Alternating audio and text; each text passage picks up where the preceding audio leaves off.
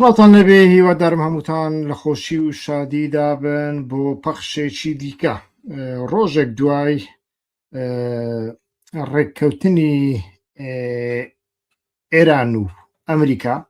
هەرچەندە ڕێککەوتنەکە وەکو دوێنێش باسمان کرد ڕسمی نیە فەرمی نیە ئەو ڕێککەوتنە دەبێ ڕۆژی هەینی لە سوئیس لە جنێف دەبێ ئیمزای لەسەر بکرێەوە جنێف تایبەتمەندێکی هەیە کە بارەگای نەتەوە یەکگرتوەکان لەوێەوە زۆربەی زۆری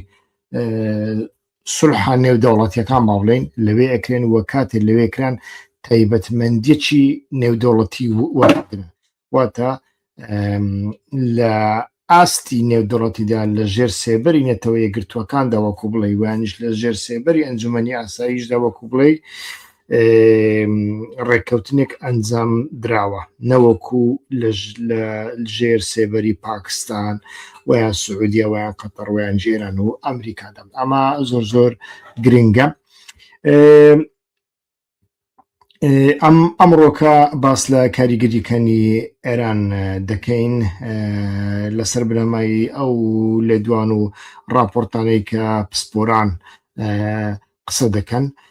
کۆدەنگێکی فراوان لە نێوان شڕۆڤەکارانی سیاسی دەرەوە و استراتیژیدا هەیە کە ڕێککەوتنە نوێیەکە نێوان ئەمریکا و ئێران ڕێککەوتنێکی کۆتایی ئاشتی نیە بەڵکو چوارچێوەیەکە کە ئەگەر لە 6 ڕۆژی داهاتوودا و توێژەکاندا بمێنێتەوە دەتوانێت نەخشەی ڕۆژهەڵاتی ناوەڕاست سەر لە نوێ داڕێژێتەوە و دوورخستنەوەی ئیسرائیل لە توێژەکان لەلایەن زۆرێک لە شڕۆڤەکارەکانەوە وەک یەکێک لە گرنگترین لایەنە جیۆپۆلیتیکیەکانی ئەم ڕێککەوتنە دەبیندرێت. ئەم شتانە شتی مێژوویینە یەک شتێکی مێژوویە کە ئەمریکا و ئیسرائیلی لەگەڵدا دابێ ئاخر ئەمریکا و ئیسرائیل نازیان ڕووخاندووە ئەمریکا و ئیسرائیل دوو جاریان لە سەددام داوە جارێکیان لە کوێت دەرکردو و جارێکیان لە بەغدا دەرپەڕاندەوە لە کونێ دریان هیناوە لە سێداریاندا و دەوڵەتەکەیان گۆڕیوە. ئیسرائیل و ئەمریکا هەرچی ویست تبیان لە ناوچەکەدا کردویانە و ئەم بەڵام ئەم جارە تەماشا دەکەن ئیسرائیل و ئەمریکا نەیانتوانی ئێران بڕوخێن و ئەوە ئەمریکایە سەدان تەقلەی لێدا لە ماوەی 100 قسوور ڕۆژدا هیچ لایەنێک نەما پەنای بۆ نەبا بۆ ئەوەی گوتوبێژ بکە لەگەڵ ئێراندا و ئەمە شتێکی زۆر زۆر گرنگە لەوەش گرنگتر ئەو ئەمریکایە ئێستاکە ئیسرائیل دەخاتە دەرەوەی بازنەکە و ئەمە چ کاریگەریەکی دەبێت لەسەر ناوچەکەدا بێگومان ئەمانە لە کاتێکدا دەبن کە گفتوگۆی 6 ڕۆژە تەواو بێ و ئەنجام وەربگری. بۆوە بیرهێنانەوە ئەو ڕێککەوتنەی ئێستا کە کراوە لە ئاگربەستێکی 6 ڕۆژەیە واتە بە تەواوی ئیتیفاقی ئاشتی نیە دووبارە کردنەوەی گەروی هورموزە وتوێژەکانی داهاتوو لەسەر بەرنامەی ئەتۆمی ئێرانە سوکردنی سزاکانی ئێرانە و هیچ چارەسەریەکی دەست بەجێ بۆ بەرنامە موشکیەکانی ئێران یان تۆڕە پرۆکسیەکانی ناوچەیی پێشنیار نەکراوە لە گفتوگۆکاندا شتێکی وان نییە و لە هەمان کاتدا ئیسرائیل لایەنێک نییە لە دانوستانەکاندا بە پێچەوانەوە و ئەوەی هەری زۆر ئیسرائیل ئازار دەدا دووشتن خۆی یەک سێشتن بەرنامە موشکیەکانی تێدا نییە هێزە پرۆکسیەکانی تێدا نییە و لە هەمووی گرنگتر ئیسرائیل تێیدا نییە لە ناو ڕێککەوتنەکەدا ینی سێشت لە ڕووی استراتیژیەوە شکستی زۆر زۆر گەورن لە بۆ ئیسرائیل ڕەنگە جەنگ بوەستێت بەڵام ململانێ بنەڕەتیەکان تا ڕادەیەک بە چارەسەر نەکراوی دەمێننەوە پاشان باز دەکەین.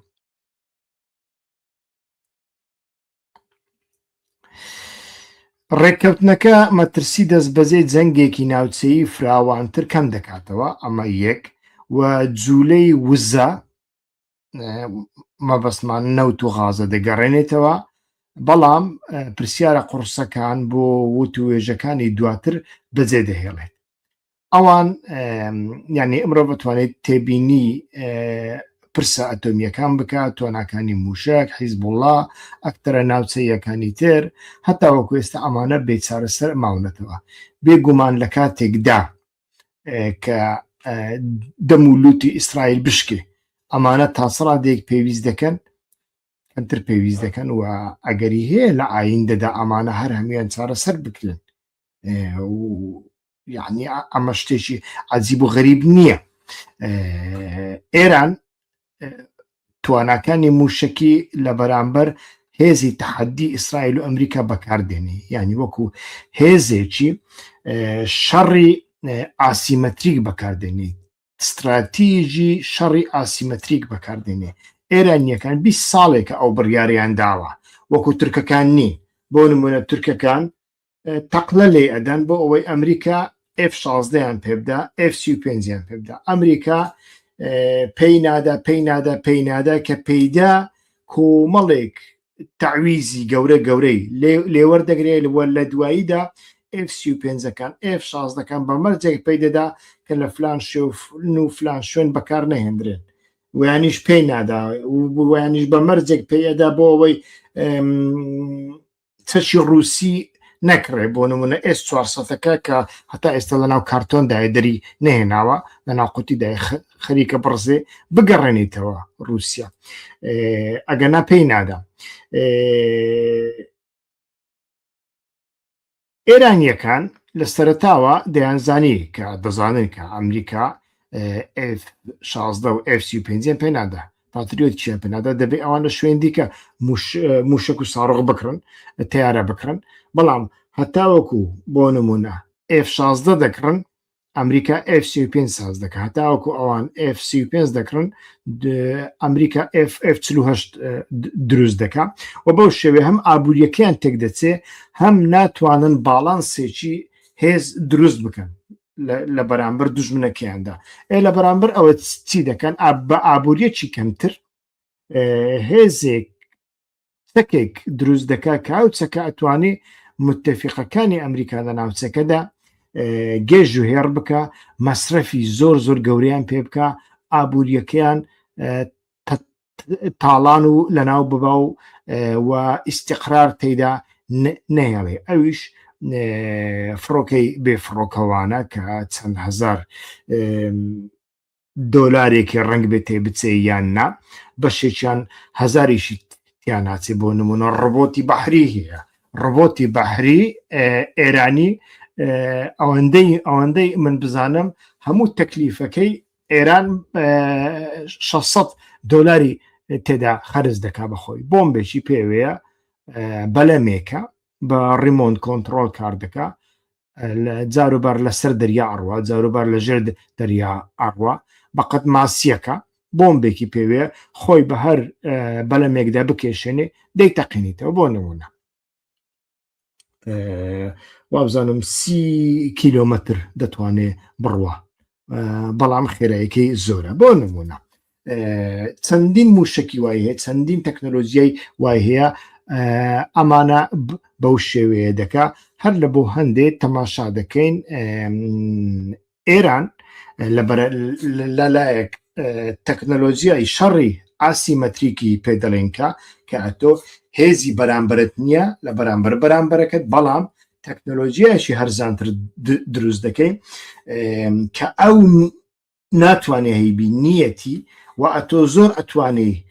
بەرهەمی بێنی. بۆ نمونە هەموو ئەمریکا و متتەفیقەکانی کۆبکەوە بەقەت ئێران ناتوانێت موشکی بەرزتێکی بەرهەم بێنی لە ڕۆژی ئەمڕۆماندا. سبەی لەوانەیە، بەڵام لە ڕۆژی ئەمڕۆماندا پێویستیان پێنەبووە ناتوان بەرهەم بێن، چۆن پێشتر رووسیا نەیدەتوانی درۆن بەرهەم بێنی، ناچار بوو لە ئێران بکڕێ، دوای 2 ساڵ توانی ئێستاکە دەتوانێت بەخۆی بەرهەم بێنی. ئۆکرانیا بە هەمان شێوە سەرەتا لە تورکیای دەکڕیوانە، پاشان پەیتا فابریکیان لە بۆدانە ئێستاکە بەخۆی دروستی دەکا. لەو سەردەمەدا ئەمریکا و ئیسرائیلی شوا بوون لە بۆ هەندێ ئێران دەیتوانی بەرهەمبێنی. ئەمە لایەنێکی شەڕی ئاسیمەتریک. لە لایەکی دیکە متتەفیقی ناوچەیی هەبوون، وەکو حیزب الله، وەکو حەشدی شعبی کەمتر بێگومان و لە هەمووشی گرنگتر حوسیەکان و ئەنسار الله و لەناو ئەو گروپانەدا چەندین گروپی دیکەی وەکو زەینەبیون و فاتمیون و ئەمانەشی هەن کە ئەتوان کەرستەی مرۆیی بە ئاسانی لە ئاسیا لە قەفقاسیا بۆ نمونە لە ئەفغانستان لە پاکستان بەدی بێنن مەبەستمان چەکداری شیعایی مەزهبی بەدی بێنن و لە ڕێگای ئەمانەدا توانی ئەم جارە مێژوو بە شێوەیەکی دیکە بنووسێتەوە کە ئێران لەو شەڕەدا نەشکێ دەوڵەتەکەی هەڵنەوەشێتە وەکو هەموو جارێک لە مێژوودا کە دەوڵەتی ئێران یەک لەو دەوڵەتانەیە قەت هەڵنەوەشاوەتەوە نەڕووخاوە خاچی داگیر کراوە ڕاستە بەڵام دەوڵەت هەڵنەوەشاوەتەوە دەوڵەت لە شوێنی دیکە هەڵوەشاوەتەوە ئیمپراتۆریەتی عوسمانی هەڵوەشاوەتەوە چەندین دەوڵەتی لێ دروست بوونە ئیمپراتۆریەتی نەمسا هەڵوەشاوەتەوە وەنیە دەوڵەتی ئەڵمانی نازی هەڵوەشاوەتەوە کراوەتە دوو پارچە یەکێتی سۆڤێت هەڵوەشاوەتەوە وانە بەڵام ئێران وەکو دەوڵەت هەڵنەوەشاوەتەوە مەبەستمان ئەوەیەوە کۆماری ئیسلامی ئێرانی تایبەتمەندێکی دیکەی هەبوو کە زۆر کەس نیان دەدید لە سەرەتایی شەڕەکەدا وایان دەزانی ئەوەی لە عراق ڕوویدا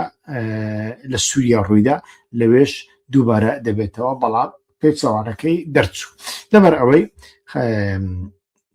تەماشا دەکەی ئەوانەی هەڵسەنگاندنیان دەکردن و ئەوانەی کە پرۆکسی ئەمریکا و ئیسرائیل بوون بۆ نمونی یەزدان پەناو ئەمانە ڕەنگ بێ هەر ئەمانەش بن لە چوارچێوەی ئیستیخباراتی مەیدانیدا زانیاری بدەنە ئیسرائیلیەکان و ئەمریکیەکان و CIA و ئەمانە و ئەمانش لەسەر بنەمای ئەو زانیاریە نە تحلیلی استراتیژی بکەن و بڕیاری استراتیژی بدەن واتە وەرە ئەی دۆناڵد ترامپ چتە لەگەڵ ئێراندا دەنیش لەگەڵ ئێراندامەنیشە لێی بدە ئەگەر سەرۆکەکەت کوشت ئەگەر ڕێبەرەکەت کوشت ئەوانی دیکە هەمیان بە خۆیان دەڕوخێن و کوردەکان لە باکوور نازانم ئەزەریەکان لەکوێ عەرەبەکان لەکوێ باڵوزەکان لەکوێ و لە ناوە خۆدا خۆ پیشاندن دروستەوێ بەڵام ڕێک شتێکی پێچەوانە دەرچوو ئەوەی یعنی جگە لە شاپەرستەکان و جگە لە ناسیۆنالیزمی خارجی کوردی چەکداری ئەوانی دیکە یعنی ئەوانەی کە ئۆپۆزیسیۆن بوون وەکو تاک وەکو گروپی بچووکنەوەکو نەکوەکو حیزبی سیاسی زۆربیان لە کاتی شەڕدا پشگیریان لە دەوڵەتی ئێران کرد لەو تایبەتمەندیە خەڵک تێنەگەشت یەک یعنی مەبەستم خەڵک لە میحوەڕی ئەمریکا و ئیسرائیلی لەمە تێنەگەیشتن و لە هەمان کادا لە تایبەتمەندی بەرخودانی شیعە بە هیچ شێوەیەک تێنەگەیشتن و حیسابیشیان بۆ نەکرد و نەیانویست حیسابی بۆ بکەن ئەمە هەموو مەسەلەکەی گەیاندا ڕۆژێکی وەکو ئەمڕۆ کە چارەسەرکردنی جگە لەو ڕێککەوتنە چارەسەرکردنی زەحمەت بوو هەر لە بۆ هەندێک تەماشا دەکەین ئەمە شکستێکی استراتیژی زۆر زۆر گەورەیە لە بۆ ئیسرائیل لە بۆ ئەمریکا و بمانەوێ نەمانەوێ دەرگا لە بەردەم کۆمەڵێک گۆڕانکاری زۆر زۆر گەورە لە ڕۆژهەڵاتی ناوەڕاست لە جیهاندا دەکاتەوە جیۆپۆلیتیکا بە تەواوەتی دەگۆڕێ لێرەدا رووسیا چی قازانج دەکات چاینە چی قازانج دەکات خودی ئێران چی قازانج دەکات متتەفیقەکانی ئەمریکا چون دەکەن و دەبێت لەمە دووە چۆن هەڵس و کەوت بکەن چۆن سیاسەتی خۆیان بگۆڕن ئەمانە هەر هەمویان بابەت گەلێکی زۆر زۆر گرنگ دەبن لە ئایندەدا بێگومان بازاڕەکانی وزەی جیهانی سەقامگیرتر دەبن و پابەندیە سەربازیەکانی ئەمریکا تەحەدای سەربازی ئەمریکا لە ناوچەکەدا زۆر کەم دەبێتەوە و ئەگەری جەنگێکی ناوچەی زۆر زۆر زۆر کەم دەبێتەوە و بێگومان ئەگەر گفتوگۆکانیش شکست بێنن ئەگەری زۆرە شەڕ بەردەوام بکاتەوە بەڵام شەڕ بەردەوام دەکاتەوە چی دەکەن دەبێ ئەو کاتە پەنجەی خۆیان بگەزن بە خۆیان بستنە ناو ئێران، واتە ئەمریکا 200,000 300,000 چەکداری خۆی بباتە ناو ئێران و 20,000 30,000 کەسی لێ بکوژرێ و ئەمە کێشەیەکی زۆر زۆر گەورە، گۆڕانکاریەکی دیکەی زۆر زۆر گەورە لە ناو ئەمریکادا دروستەکە و تەواو هێزی هەژمونگری ئەمریکا لە ناو دەبە، یانیش دەبێت بە بۆمبی ئەتۆم لێ بدە. چارەسەریەکی دیکە نیە و لە هەمان کاتدا فراوانبوونی دەرزی نێوان ئەمریکا و ئیسرائیل هەروەکو ئەتلانتیک کاونسڵ ئەوڕۆکە باسی کردووە، پسپۆرانی ئەتلانتیک کانسڵ تیشکیان خستۆتە سەر ئەوەی کە وەک لادانەیەکی پەرەسەندوو لە نێوان ئامانجە استراتیژیەکانی واشنگتن و تەلئەبیب ئەمە وەسف دەکرێت و دەڵێن واشنگتن وا دیارە زیاتر ئامادەی ڕێککەوتنی دانوستان کراو لەگەڵ ئێران قبول بکات لە کاتێکدا ئیسرائیل سەرنجی لەسەر ڕێگریکردنە لە هەر ئەنجامێک کە دەرفەتی چاکبوونەوە و بەهێزبوونەوەی داهاتوو بۆ ئێران بەجێ بهێڵێت.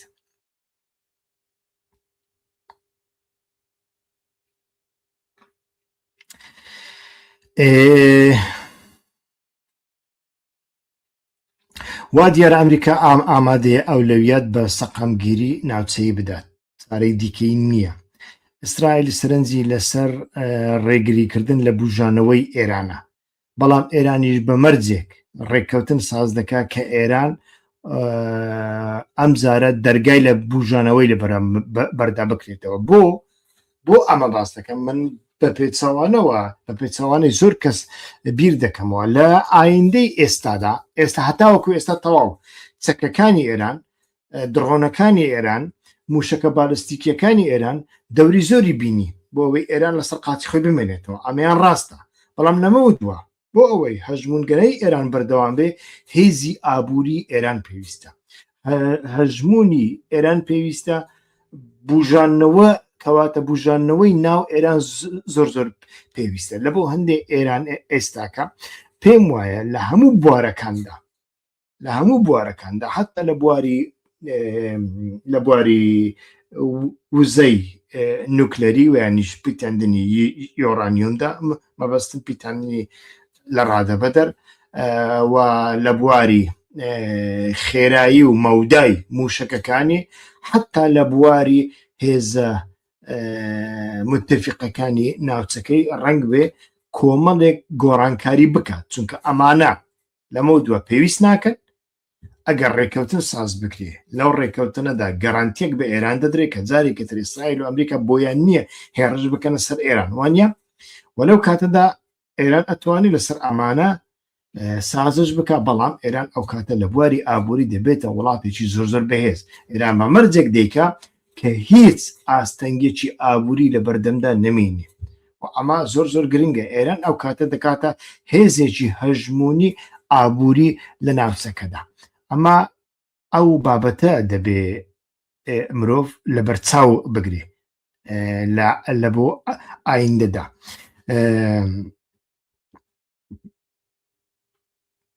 ئیسرائیل لە ڕووی سەربازی بەهێز دیارە، یعنی دیارە کە ئیسرائیل لە ڕووی سەربازی بەهێزە، کەس ناتوانێت ئەمە ئینکار بکە، بەڵام کێشەکەی ئیسرائیل ئەوەدایە لە ڕووی استراتیژیەوە گۆشەگیر کراوە. یەکێک مەسەلەن ئەمڕۆکە لە ڕۆژنامەی لومۆندی فەڕەنسی بڵاو کراوەتەوە کە ئیسرائیل سەرکەوتنی سەربازی بەرچایی بەدەستێناوە، بەڵام ئێستا ڕوبەڕووی دووڕیانێکی استراتیژی زۆر قوڵ بۆتەوە، چونکە واشنگتن ڕاستەوخۆ لەگەڵ ئێران دانوستانی کردووە بە شێوەیەکی کاریگەر ئیسرائیلی لە پرۆسەی دیپلۆماسی بە تەواوەتی وە دەرناوە. ئەمریکا دەیتوانی بڵێ لەگەڵ ئیسرائیل من ئەو کارە دەکەم، نەیکرد و ئیسرائیلی بەدەرناوە بە تەواوەتی و ئەمە دەرزێکە لە ئایندەدا لە نێوان ئیتیفاقی ئیسرائیل و ئەمریکی دێتە ئارەوە، بمانەوێ نەمانەوێت، چونکە بەتەنیا ئەمە تاقە فاکتۆر نییە. جینۆسایدی ئیسرائیل لە ڕامەڵڵا، جینۆسایدی ئیسرائیل لە لوبنان، جینۆسایدی ئیسرائیل بەتایبەتی لە غەزا کە نزیکە 74,000 کەسی کوشتووە، ژن و منداڵی کوشتووە و حتا وەکو ئێستش دەوێت زیاتر بیکوژێ ئەو جینۆسایدانە وایان کردووە کە کۆمەڵگەی ئەمریکی چیتر نەیهەوێ باری ئیسرائیلی بخاتە سەر شانی خۆی ئەمە زۆر گرنگە و دەبێ ئەمە ئەو چەق بەستوی استراتیژیە ببینین ئەمە لە دوای ترامدا ڕنگ بێ زۆر قوڵتریش ببێ و بە تایبەتی لە دوای ئەوەی دیموکراتەکان بێنە سەر دەسەڵات چونکە لە ناو دیموکراتەکاندا ئێستا گەنجەکان نەفرەت لە ئیسرائیل دەکەن نەفرەت لە لۆبی ئیسرائیل دەکەن حتا لە ناو ماگاکاندا بۆ چوونی نوێ هەیە کە دۆستی ئیسرائیل بوون پێشتر بۆ چوونی نوێ ئەوەیە کە ئێمە تووشی ئەو شەڕە بووین بەهۆی ئەو شەڕەوە فەقیر بووین بەنزینگران بوو ئەوەی ئێمە دەمانەویست خێر و خۆشی لە دەوڵەمەندەکەی ئەمریکا ببین لە بەهشتەکەی سەرزەوی ئەمریکا بین ئێستا لی نابینین بەهۆی لۆبی ئیسرائیلی نەفرەت لێکراوە ئەم قسانە ئەمڕۆ لەناو ماگاکاندا بە ئاشکرا دەبینین و ئێوە لە کاتێکدا ئێران و ئەمریکا ڕێک دەکەون سەرکەوتنە سەربازیەکانی ئیسرائیل دەرئەنجامێکی سیاسی لەگەڵ خۆی دەناهێنی هیچ ئەنجامێکی سیاسی نییە و ئیسرائیل هەتا وەکو ئێستاش لە هەموو بەرەکاندا کە داگیری کردوون کە خەڵکی کوشتووە بە سەرقاڵی ماوەتەوە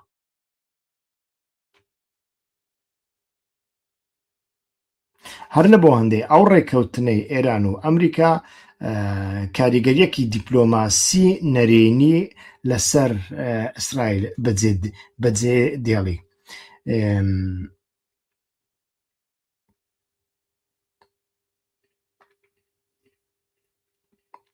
و لە هەمان کاتدا ئێران هەناسەیەکی ئابووری نوێ وەردەگرێت دوای 50 ساڵ وڵاتێک یەکگرتووەکان خاوبوونەوەی گرژیەکان بەدەست دەهێنێت وڵاتانی کەندا و ئاسایشی وزە بەدەست دێنن بەڵام بەڵام دەرس لەوە وەردەگرن کە جارێکی تر پشت بەستن بە ئەمریکا پشت بەستن بە ئیسرائیل و لە پێناوی ئەو پشت بەستن بە ئیسرائیل و ئەمریکادا دروستکردن و گەورەکردنی مەترسیەکی زۆر وەکو ئەوەی ئێران هەڕەشەیە بەسەرمان و دەبێ ئێمە دژبرایەتی ئێران بکەین ئەمە کۆتایی پێدێ لە جیاتی ئەما شتێکی نوێ دروست دەبێ و ئەمە بە احتیمالی زۆر لە بەرژەوەندی ئێران دەبێ ئەگەر لە بەرژەوەندی ئێران نەبێت لە بەرژەوەندی متفقی ئێران دەبێت کە چاینایە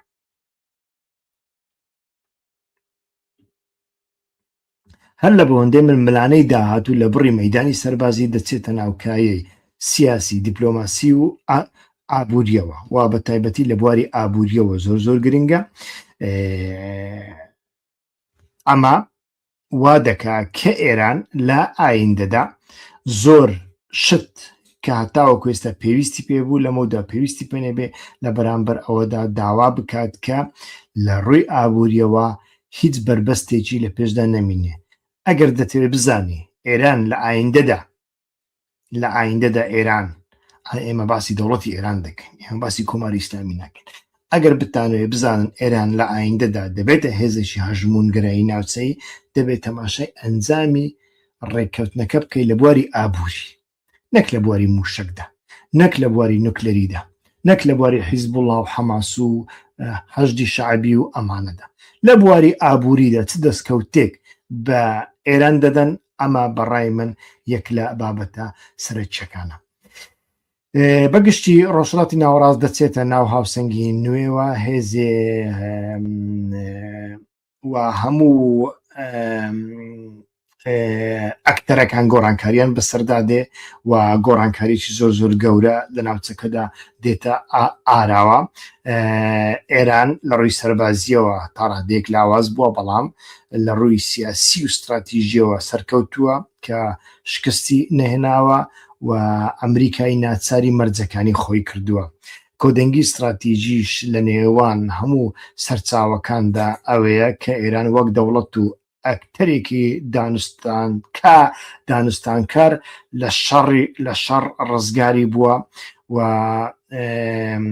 ئەولەویەتەکانی خۆی دەتوانێت لە ئەجێندای ئەمریکادا لە ئەجێندای جیهاندا بسەپێنێ کە یەکەمین ئەولەویەتی لە ئایندەدا بوژانەوەی ئابووری دەبێ و لەگەڵ بوژانەوەی ئابووری سەقامگیرکردنی ڕژێم دەبێ و دووبارە بنیاتنانەوەی ڕێگرتن دەبێ. ئەمە بابەتێکە کە دەبێ ئێمە لە ئێستاوە لەو چوارچێوەیەدا تەماشای بابەتەکە بکەین. ئەگەر لەو چوارچێوەیەدا تەماشای بابەتەکە نەکەین دیسان حەمەی حاجی مەحموود دێتەوە سەر تەلەڤیزیۆن گاڵتەتان پێدەکا. حەمەی حاجی مەحموودی خوێندەوار دێتە سەر تەلەڤیزیۆن و یانیش لە دوای نوێژی هەینی دەچێتە پێش کامێڕاکانیان دووسێک گاڵتەتان پێدەکا ئەڵێ بۆیمباغێکی سووریان لە خۆیان دەبەست دەچوونە سەر تەلەڤیزیۆنەکان بە خۆیان دەوت محەلیلی سیاسی بەڵام هیچ قسەکانیان نەهاتنە جێ. هەر لە بۆ هەندێ تەماشا بکەن. ئەمە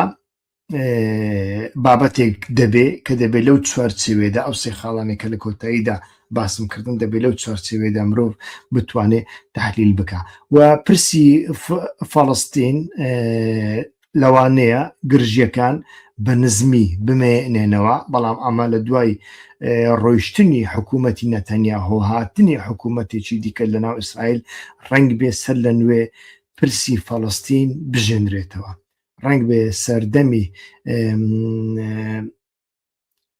ڕابین و عەرەفات دووبارە ببێتەوە، ڕەنگ بێ لەناو ئیسرائیلیەکاندا گروپێک بێنە سەر دەسەڵات بیر لەوە بکەنەوە باشە خۆ ئەو فەڵەستینە بە هیچ شێوەیەک تەحەدیەک نییە بۆ ئەوەی جارێکی تر جووەکان جینۆساید بکاتەوە. با ئێمە دەوڵەتێک دروستکەین کە ئەو دەوڵەتێکی هاوبەش بێت لە نێوان عەرەبەکان و جوولەکەکان. ڕەنگ بێ ئەمە پەیتا ڕوو بدا و لەناو ئەمەدا ئەنتیگراسیۆنی ئابووری ڕۆڵێکی زۆر باش دەبینێ. بەگشتی دەمویست لەو بەرنامەیەدا باس لە کاریگەری ئێرانی بکەم لەسەر ناوچەکە بەتایبەتی لەسەر کوردەکان. مانەوەی ئێران هەوڵێکی ناخۆشە بۆ ئۆپۆزیسیۆنی چەکداری کوردی خاریجی و بەتایبەتی پەژەک حیزبی دیموکراتی کوردستانی ئێران کۆمەڵە پاک و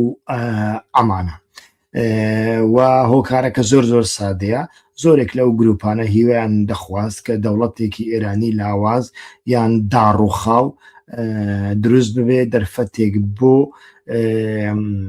حکمی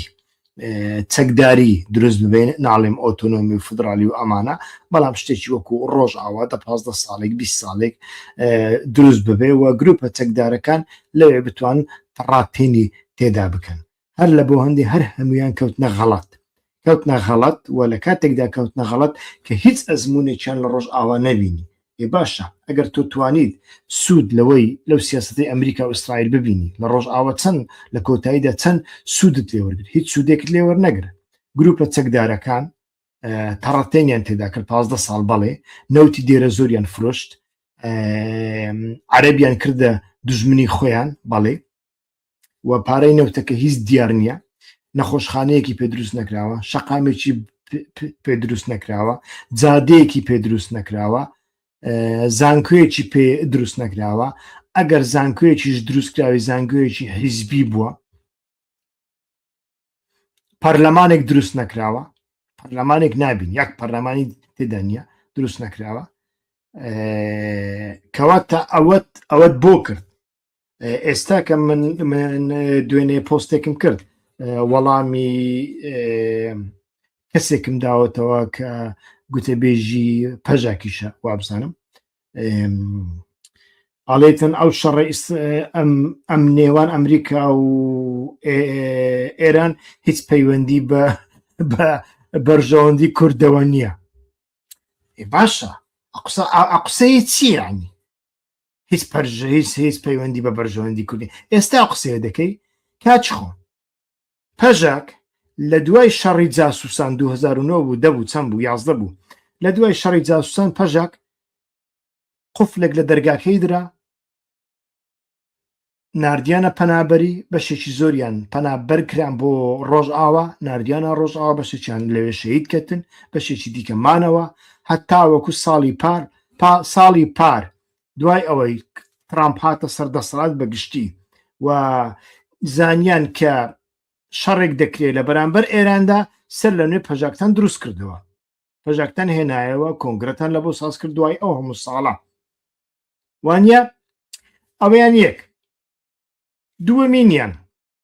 ئێوە کەینی هاوپەیمانیتان ساز کرد لەگەڵ حیزبەکانی دیکە بە تایبەتی لەگەڵ حیزبێک کە لە ڕووی سیاسی لە ڕووی ئەخلاقی لە ڕووی کۆمەڵایەتی لە ڕووی ئیدۆلۆژی و فکری لە هیچ ڕوویەکدا لەگەڵ پەژاک ناگونجێ لەگەڵ پاک مەبەستمە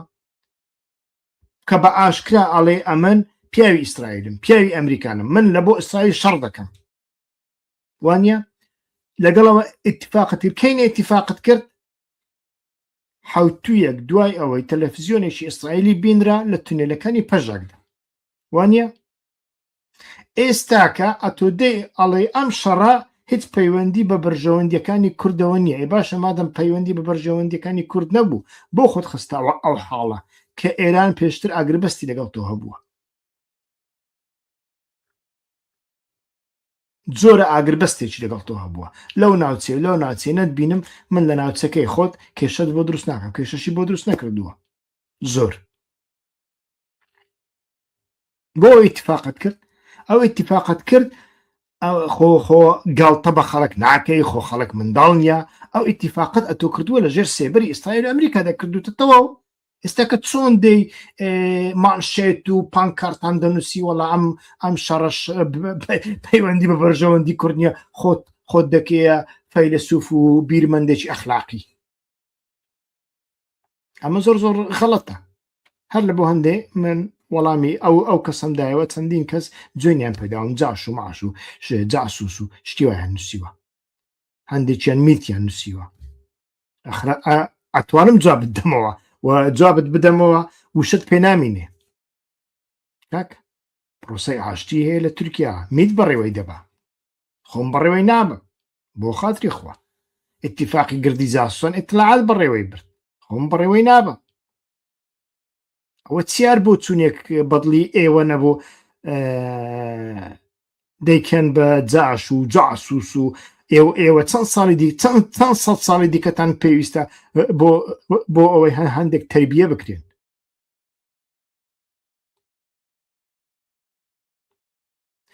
بەگشتی ئێستاکە کێشەیەکی زۆر زۆر گەورە بۆ ئەو حیزبانە دروست دەبێت لە کوردستانی عراقدا لە کوردستانی عراقدا و لە عراقدا هیچ کەسێک لە مەودووە ناتوانێت هێرشەکانی ئێران بۆ سەر ئەمانە ڕابگرێت لە کام بن لە ماڵ بن لە چیابن ئێران لێتان دەدا و هیچ کەسیش ناتوانێت لە مەودووە مناوەڕەی دیپلۆماسی بکە با لە فلان شوێن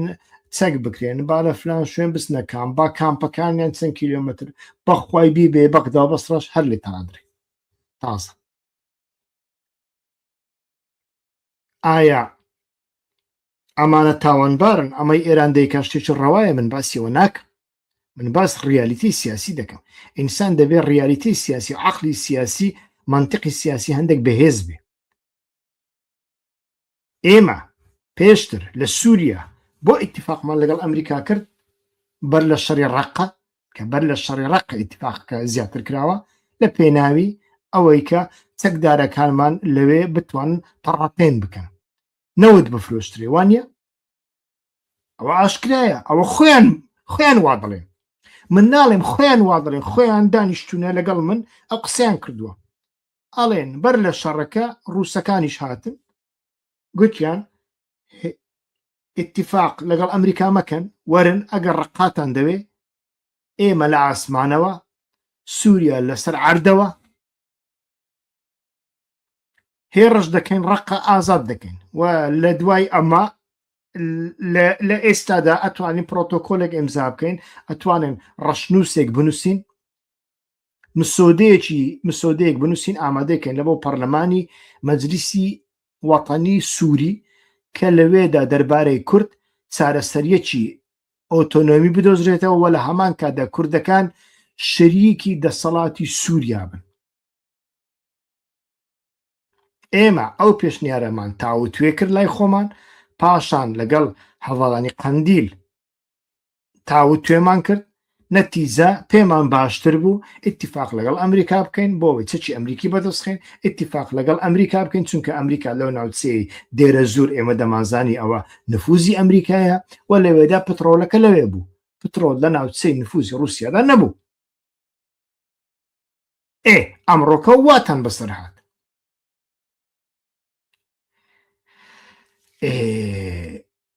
کەواتە لەو حاڵەتانەدا مرۆڤ دەبێ هەندێک بە عاقلانەتر بیر بکاتەوە ئەگەر ئیتیفاقت کرد ئێرانیش لە ناوچوو هیچ شتێک بۆ تۆ نابێ ڕژێمێک دێتە سەردەسەڵات ئەو ڕژێمە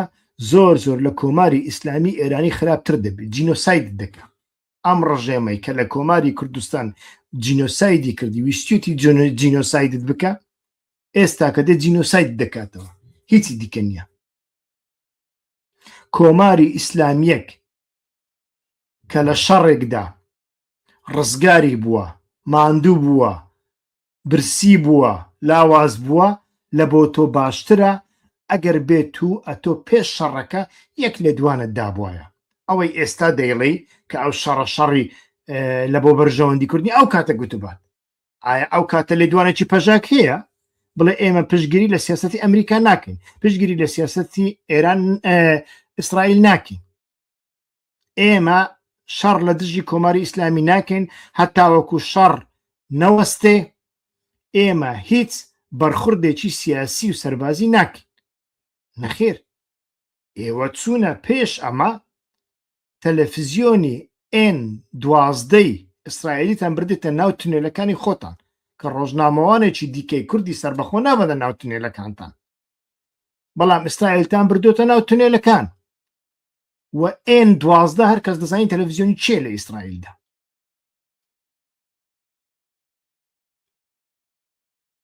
ئێستا کە تۆ دەی ئەڵێ ئەم شەڕە لە بەرژەوەندی کورد نییە باش ئەو کات گوتوە لە بەرژەوەندی کورد نییە من هیچ پەیوەندێکم لەگەڵ ئیسرائیل نییە هیچ پەیوەندی چناکەم نە لە ڕێگەی ڕۆژنامە نووساندا نە لە ڕێگای دیکە و ئەمن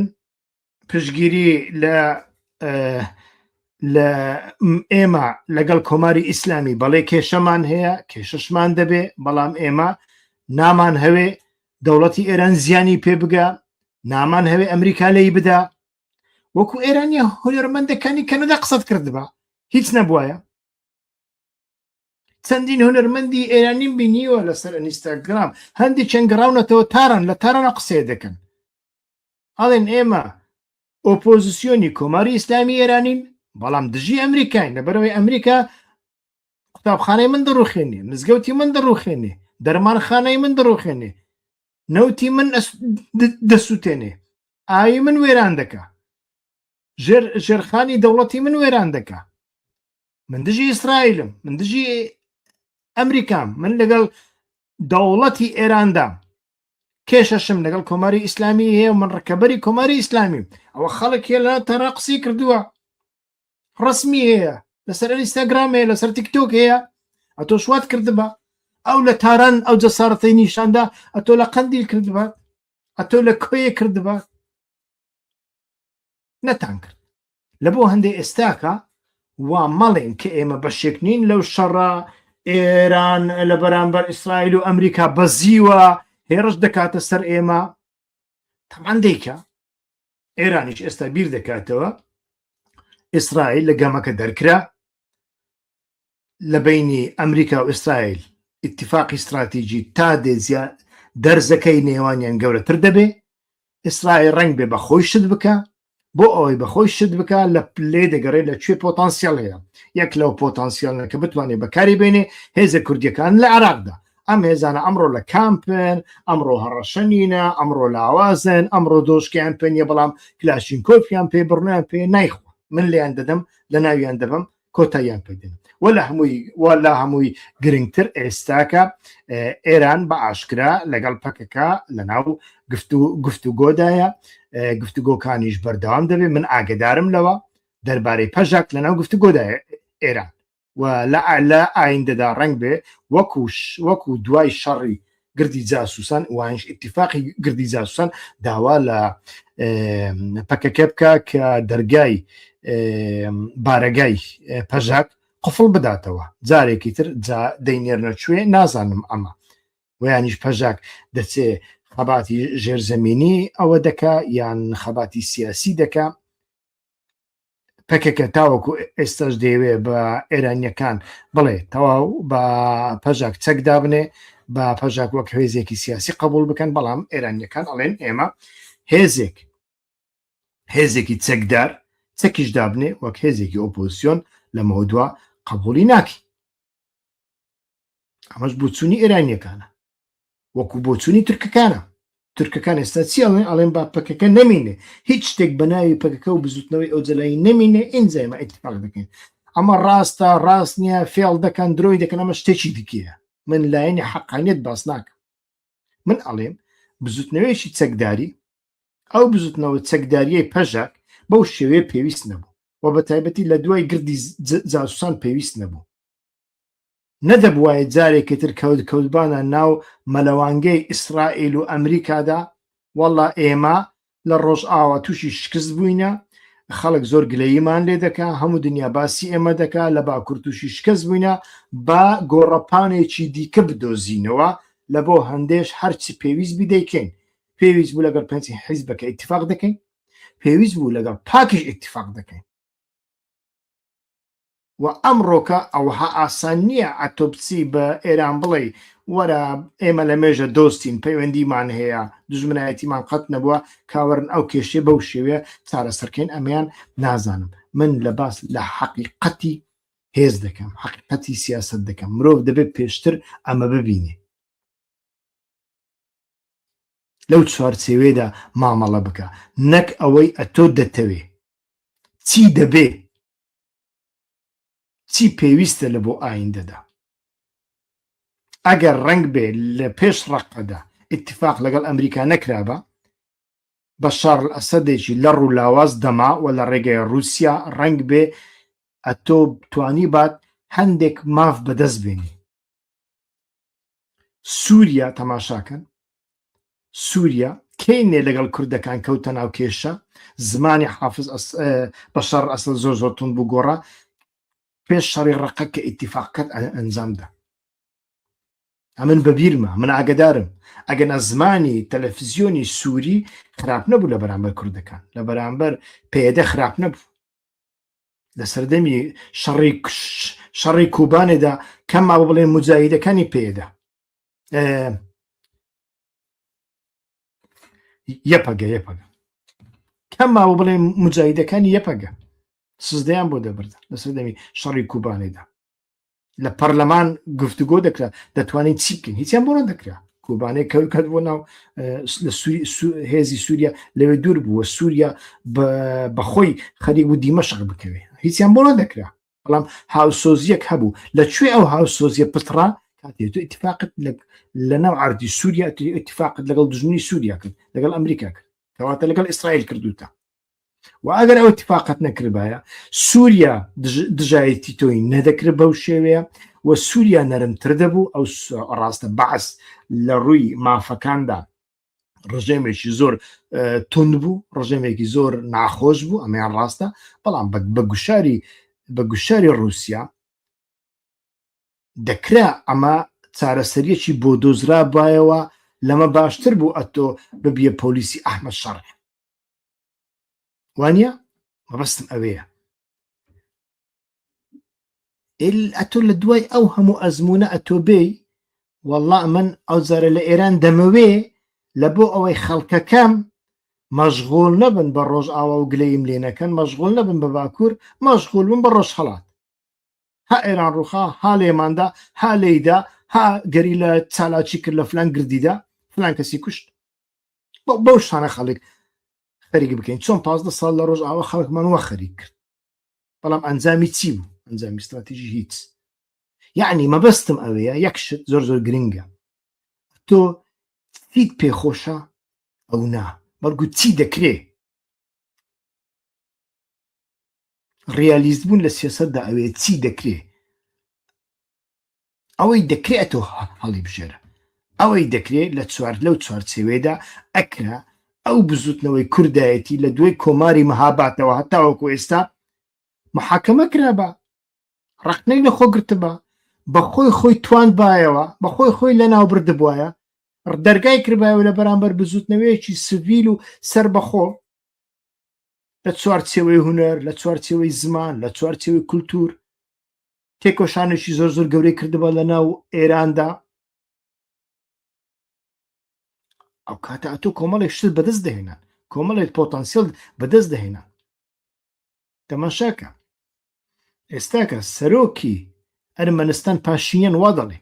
ئەڵێ دەوڵەتم هەیە دەوڵەتی ئەرمەنستان بەڵام دەوڵەتێکی قڵسە بچووکە دەوروبەری هەمووی دژمنە ئابووری سفرە پڕە لە گەندەڵ ئەو دەوڵەتە بەکەلک نایە لە بۆ من ئەمن دەمەوێ سیاسەتێکی کۆمەڵایەتی بکەم ئەو سیاسەتە کۆمەڵایەتیە یارمەتیم ئەدا بۆ ئەوەی من لە بواری دیکە لە بواری ئەنتیگراسیۆنی ئابووری ئاوێتەبوونی ئابووری لە بواری ئاوێتەبوونی کولتوری لە بواری ئاوێتەبوونی مێژووی لەو بابەتانەدا من بتوانم سوود بەخش بم بەو شێوەیە من ئەرمەنستان بکەمەوە وڵاتێکی زۆر گەورە و ئێستا خەریکە کۆمپانیا گەورەکانی ئەمریکی لە دوای سەردانی جەیدی ڤێنس وەکو ئامازۆن و ئەمانە دەچن لە یێریڤان بەشی خۆیان دەکەنەوە ئەمە شتێکی زۆر گەورەیە ئامازۆن لە دووبەیدا دەخرێت دەچێتە یێریڤان ئەمە شتێکی زۆر گەورەیە و ئێستاکە بورسای ئامادەکردووە لە پەرلەمانی ئەوروپا کە ساڵی ئایندە ئەوەندە هەزار خوێندکارە بنێرێتە ئەوروپا لە بۆ خوێندن ئەمە شتێکی زۆر گەورەیە زۆر کارانە ئینسان ئەتوانی بیکە یعنی ئەوەی پێویستە ئەتۆ بیکەی نەوەکو بچی وەکو ئەرمەنیەکان خەونی مێژوویی ئیمپراتۆریەتی ئەرمەنستان و تێگەی لە جۆرجیاوە خاچی منە هەتا وەکو دەگاتە بن مۆسکۆ و لەو بەری هەتا دەگاتە نازانم کوێی ئێران و لەو بەریتر هەتا دەگاتە وان و جەزیرە و ئێمە چۆن دەبی ئەمە نابی لەو چوارچێوەیەدا من ویستم ئەمڕۆکە پەخشێک ئەنجام بدەم بەگشتی دەبێ لە دوای 6 ڕۆژدا لە دوای دانوستانەکاندا تاقیبی ئەوە بکەین کە ئێران لە بواری ئابووریدا چی بەدەستەخە بەڵێ سوپاسدانەکەم کە تاوە کەستا لەگەڵماندا بوون هەتا بەرنامەی ئایندە کاتێکی خۆش بە هیوای ئاشتی بە هیوای گەڕانەوەی عقلێکی مەدەنی و سڤیل و کراوە دوور لە عقلیەتی چەکداری هەڵپەرست بۆ ناو ماڵی کوردی کاتێکی خۆش